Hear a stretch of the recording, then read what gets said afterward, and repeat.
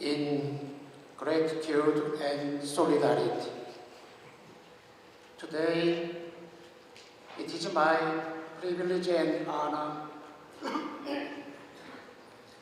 to present Cardinal Young-Soo-jung, the Catholic Archbishop of Seoul, and give a congratulatory address at this International Symposium on Environment, hosted by Orthodox Metropolis of Korea. It is my particular pleasure to be part of this day where we are not only honored by the presence of the Ecumenical Patriarch, His All Holiness Bartholomew, but also have an opportunity to both listen to his wisdom and celebrate the publication of the Korean translation of his book, Encountering the Mystery.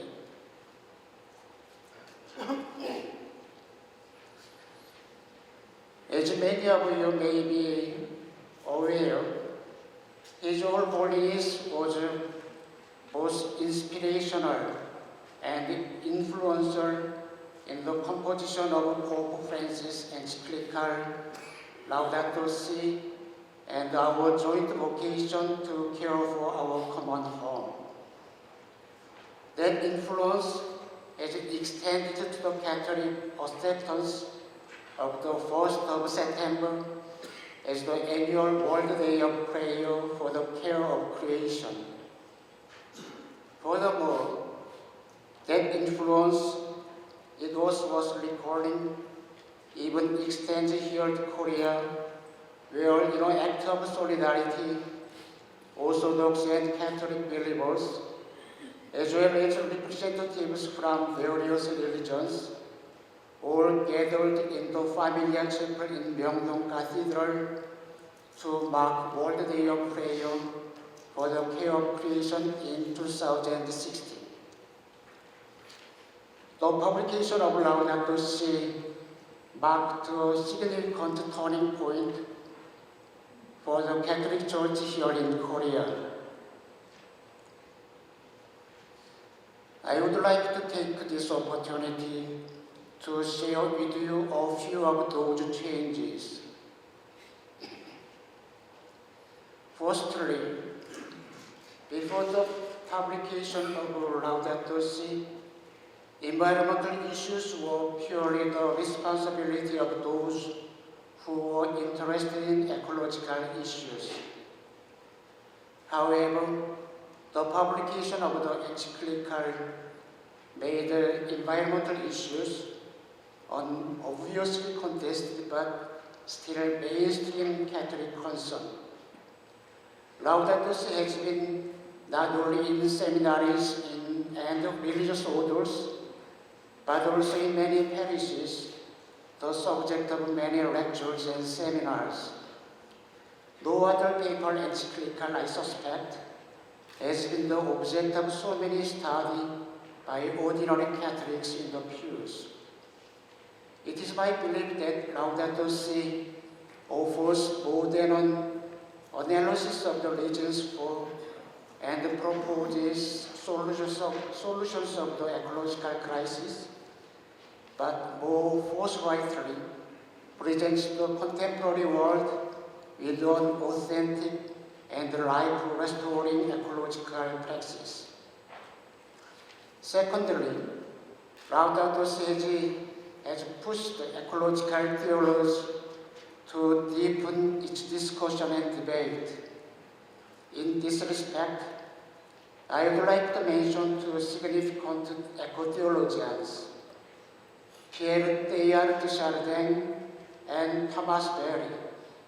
Teilhard, a Jesuit priest and a paleontologist, has in recent years enjoyed something of a resurgence in theological circles, including a reference in Laudato Si.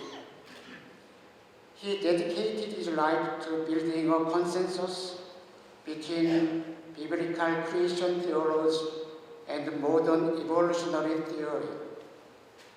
Based on Theology, the cultural historian Thomas Berry propagates the concept of ecological civilization. The consensus of these two theologians are now an important part of the theological debate here in Korea. Certainly, at the ordinary parish level, there have been the development of an ecological apostolate and groups, such as the Friends of Heaven, Earth, and Water.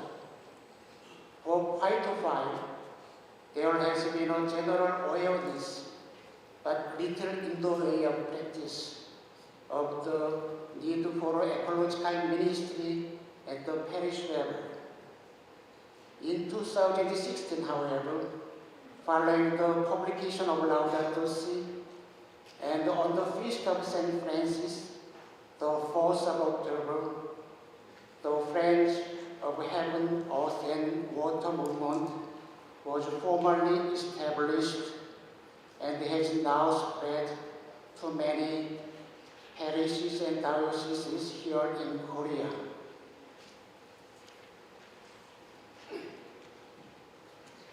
In connection with these developments, I would like to take this opportunity to extend my gratitude to His All Holiness. It is not hard to trace his influence and wisdom on Laudato Si and consequently on the Catholic Church here in Korea. I would like to offer my congratulations to the Orthodox Metropolis of Korea on the occasion of this international symposium. I am deeply grateful for this invitation to attend this day. Personally, I have always been deeply impressed by the mysticism, liturgy, and iconography of the churches of the East. For a long time, an icon from the Mount Athos Monastery has adorned my wall at home. Nevertheless, this is my first time to attend an event hosted by an Orthodox church. Hopefully, this won't be my last. It is my personal opinion that the churches of the East, as opposed to the Latin Western Church, are emotionally much closer to Korea. Sadly, however, there has been little opportunity for a fruitful and mutual engagement. It is my profound hope that situation will change. Not only will there be more opportunities for us Catholics to appreciate the teachings of the Eastern Church, but we might together develop opportunities for both spiritual and theological engagement, as well as joint programs. It is my deepest conviction that the theme of today's symposium, Ecology, Theology, and Human Dignity in the Orthodox Christian tradition, is entirely suited to us who are living in the age of ecological collapse. I look forward to learning much. Finally, I once again thank His All Holiness for his inspiration and wisdom. I look forward to reading his book. And to all who have prepared and organized this symposium, thank you and congratulations.